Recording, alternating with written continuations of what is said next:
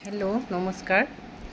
काली 7 तारिख काली पूर्णिमा आछे भाद माहर पूर्णिमा तिथि और ये पूर्णिमार दिनाखने एटा भाल माने हेरि आछे जे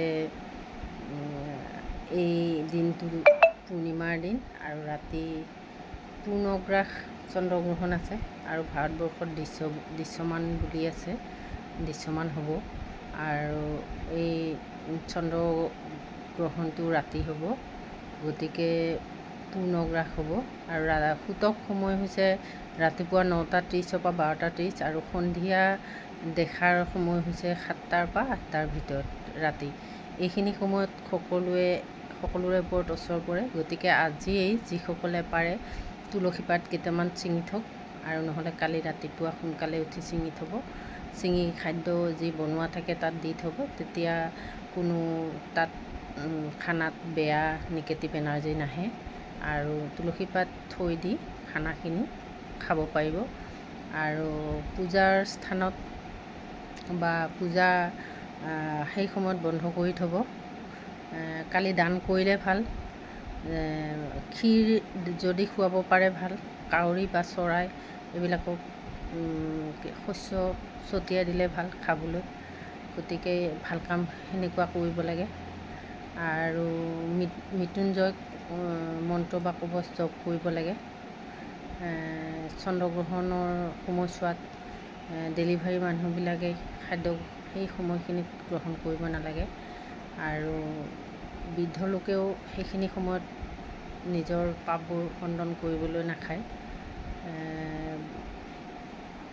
এই সময়খিনি এনাৰ্জি বহুত হাই হয় আৰু বেয়া ওচৰ পৰাখিনি বেয়া পৰে আৰু ভাল যিখিনিয়ে কৰে ভাল হয়। গতিকে সকলোৱে এই দিনটোত ভালকৈ ঈশ্বৰক পূজা চূজা কৰি ৰাতিপুৱাই গা পা ধুই এই চন্দ্ৰগ্ৰহণ আৰম্ভ হোৱাৰ আগতে খাদ্যবোৰ খাই দিব আৰু নহ'লে গ্ৰহণ শেষ হোৱাৰ পিছত তুলসী পাত দি থৈ খাদ্যখিনি খাব। আৰু তাৰ কাৰণে বেয়া ওচৰ নপৰিবলৈ এই দান পুণ্য এইখিনি কোৱা হ'ল। আৰু ভিডিঅ'টো বনাম বুলি বনাব পৰা নাই, আজি এতিয়া বনাই দিছোঁ। যিসকলে মোৰ ভিডিঅ' চাই লাইক কমেণ্ট আৰু শ্বেয়াৰ কৰিব। মই এক্সেছ বাৰ ফেচিলেটৰ অলকা বৰুৱা। আৰু খাদ্যবিলাকত সকলোতে তুলসী পাত দি ৰাখিলে নিগেটিভ এনাৰ্জিৰ কোনো অচৰ নপৰে। আৰু যেতিয়া চন্দ্ৰগ্ৰহণ পূৰা হেৰি হৈ যায় মানে পূৰ্ণগ্ৰাস হয়, তেতিয়া একদম পোহৰটো গাখীৰৰ নিচিনা উজ্জ্বল হৈ আহে। আপোনালোকে অলপ মন কৰিবচোন, মন কৰিলে দেখি পাব।